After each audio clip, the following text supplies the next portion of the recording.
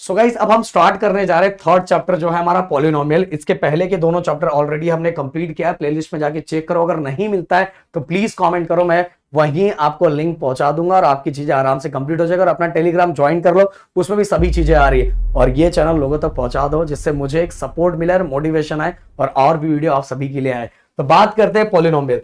सबसे पहले भाई तो आपको यही पता रहना चाहिए कि पॉलिनोमियल होता क्या है। तो देखो एक ही चीज बताऊं, कोई भी एक्सप्रेशन दिया हुआ, अगर उस एक्सप्रेशन का अगर पावर अगर पॉजिटिव होल नंबर दिया हुआ है, क्या दिया हुआ है? Whole number. जो वेरिएबल ये सभी पी ये क्या है? वेरिएबल। अगर वेरिएबल का पावर होल नंबर है तो समझ लो वो क्या है? पॉलिनोमियल है। अगर होल नंबर नहीं है तो आंख बंद करके बोल देना तो given expression is not a polynomial, polynomial नहीं है। तो देखो ये 3, इस वेरिएबल का 3 2 ये सभी क्या है? ये पावर क्या है? वो होल नंबर है। तो ये एक्सप्रेशन क्या? पॉलिनोमियल है। अब आगे अगर मैं देख लूं, आपको बताऊं, ये देखो ये भी पॉलिनोमियल नहीं है क्योंकि इसका भी पावर होल नंबर नहीं है और इसका भी पावर होल नंबर नहीं है। तो होल नंबर नहीं है, इसीलिए देखो -1 which is not a whole number. Okay, 1/2 which is not a whole number. 1/2 ये देखो ना, रूट दिया था और रूट को अगर हम हटाएंगे तो क्या लगेगा? 1/2। रूट को हटाएंगे तो कितना लगेगा? 1/2। और 1/2 गाइस होल नंबर नहीं है। मैंने क्या बोला? पावर क्या चाहिए? होल नंबर चाहिए। और पावर नहीं है अगर y का पावर अगर होल नंबर नहीं है तो पॉलिनोमियल नहीं है। ये चीज आपको समझ में आ गई होगी। अब बढ़ते आगे, कुछ और चीजें मुझे आपको जो बतानी है। टाइप्स ऑफ पॉलिनोमियल में पहला मोनोमियल, बायनोमियल एंड ट्राइनोमियल।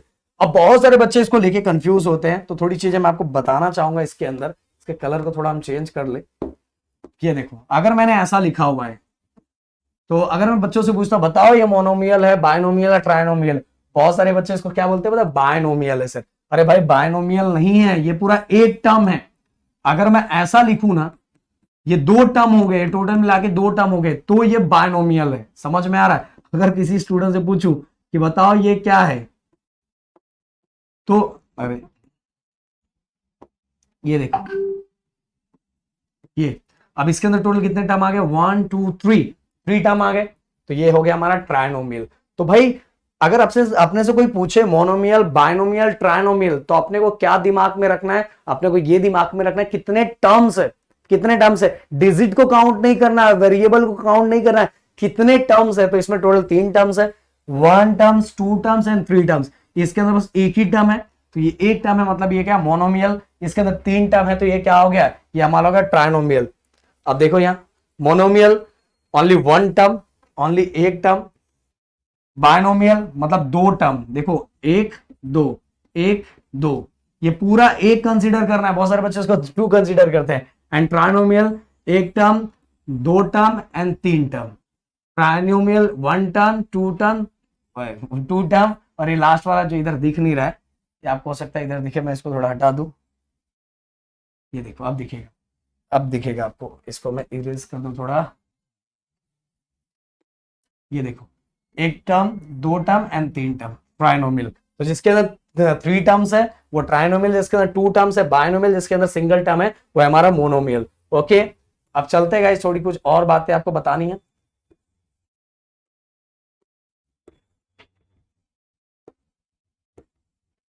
तो मुझे इंपॉर्टेंट बात आपको बतानी है। बहुत सारी चीजें तो हम एक्सरसाइज में देख लेंगे। हाँ ये देखो, अभी हमने देखा था कि मोनोमियल, बायनोमियल, ट्राइनोमियल। अब गाइस हमें जो दिया रहेगा ना वो डिग्री के बेस पे दिया रहेगा, डिग्री के बेस पे। डिग्री के बेस पे मतलब अगर इसका डिग्री कितना? 1 है ना, इसका डिग्री पूरा। अगर मैं आपसे पूछूं मोनोमियल, बायनोमियल, ट्राइनोमियल, तो आप मुझे बोलते बायनोमियल। बट अगर मैं आपसे पूछूं कि बताओ लीनियर है, क्वाड्रेटिक है या क्यूबिक है, तो आप क्या बोलोगे? तो आपको डिग्री पे ध्यान देना है। इसका डिग्री कितना? 1 है।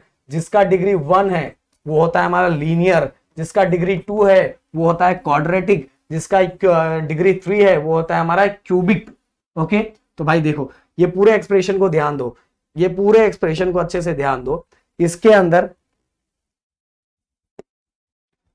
अंदर आपको दिखाई देगा, इसका डिग्री कितना? 1 है। तो ये क्या हो गया हमारे लिए? ये हमारे लिए हो गए लीनियर।